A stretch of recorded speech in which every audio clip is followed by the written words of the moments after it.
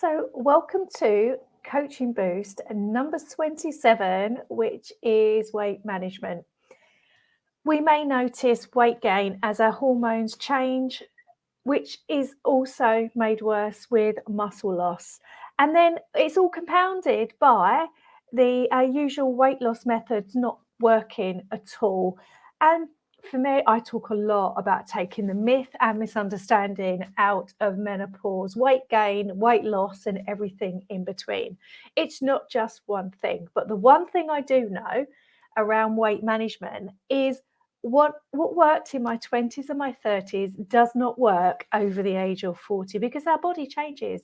And women say to me, yeah, Adele, but I'm not doing anything different. But what is different is potentially the amount of muscle loss that we are losing. So our overall metabolic engine, our rate, is much lower, and our body then changes shape. So for me, it's about feeling stronger. And for me, and it's just tried and tested, and I continually focus on this. I've done it for the last 11 years. I continually work with women all of the time, and I educate. For me, there are three things, and they are different to when we were looking at this in our 20s and our 30s. So for me, the first one is food, and it's all around meals, and it's making sure that we have the correct balanced meals, and then we are not shrinking our plates. Now the trick is, and the bit of the research and where I work in this space is, it's having protein, healthy fats, vegetables with every single meal. And then the complex carbohydrates, and for me, I think there's three levels of carbohydrates. You've got your wider, your sugars and your alcohols and your processed sugars. And then we come in slightly, you can see my hands into the middle, where we've got carbohydrates like breads and pastas that have been manufactured and processed to the point, because we don't pull bread out of the ground and we don't pull pasta out of the ground. They're made. And then we work in the middle space where we got then some more natural sort of oats and quinoa and potatoes, etc. So for me, it's if there's anything that I flex as my body is changing, it's my carbohydrates. It's not my protein and my fats. The game changer is meal timings, and do not leave more than 4 hours, because your body will then, start thinking, where is the next meal coming from? And when we're going through our hormonal changes, that's really exacerbated. And then no less than 3, because then we're snacking. Both of those put a strain on our digestive system, and long periods of time without food, we can trigger the blood sugar levels to drop and then cortisol. So we end up in this whole tidal wave of crashes and highs and lows around our blood glucose. You just sort it all out by managing those meal timings. So for me, it will be 9:30, it'd be 1, it'd be 4, it'd be 7. It just dun. Don't let your body second guess when you're going to feed it. Again, I've touched on, if you are really struggling with weight gain, then for me, it's start at the widest part of those carbohydrates and take out those alcohols and those sugars. I'm not talking about forever. And then when you do introduce alcohol back, is go for good quality, clean alcohols with good quality mixers, and not ones loaded with sugars and sweeteners. So, we can have, but be very clever. But the start of, if you actually, I need to sort my weight gain out, then for me, you take those out, because it's very noisy in the body with those in. So start to take the noise out and just see how your body responds. Probiotic and prebiotic, sort out that gut health with what your digestive system goes through as estrogen starts to decline.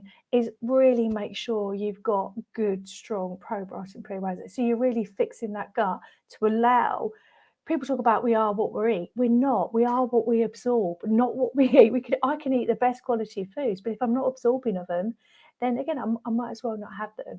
And if we eat lots of the wrong things, then again, we just cause our digestive system just to overwork. Water, and more water. We need water to keep our bodies functioning and fluid, and it really does. It just helps to start to move those things forward. And then we need to move. Don't let your body second guess when you're going to move it. So for me, it's not focusing on one thing. It's not just doing yoga. It's not just doing cardio. It's not just doing steps.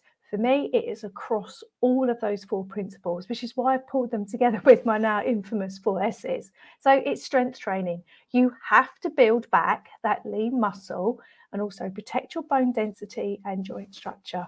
You know, it's so important to do that. So for me, I'm the heaviest I've ever weighed, and I'm the strongest and the smallest waist I've ever had, because I've had to build a body, steps and cardio, and it's doing enough cardio, but not too much.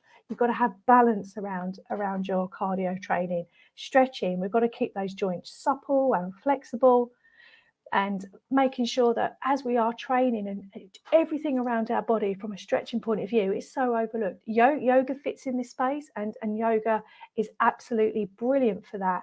But you can't just do yoga on its own. You can't yoga your way out of menopause, but it's got its place around the other S's. And then shimmy, I call it dance, to fire up your systems, release those happy hormones. But again, it's creating that movement in the body, and we use shimmy to warm up across all of those.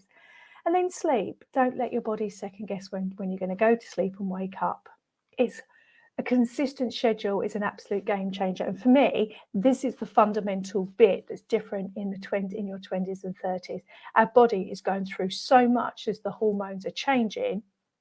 And just where we are in our life, we've got to put additional potential environmental, workplace, family stresses on top of that.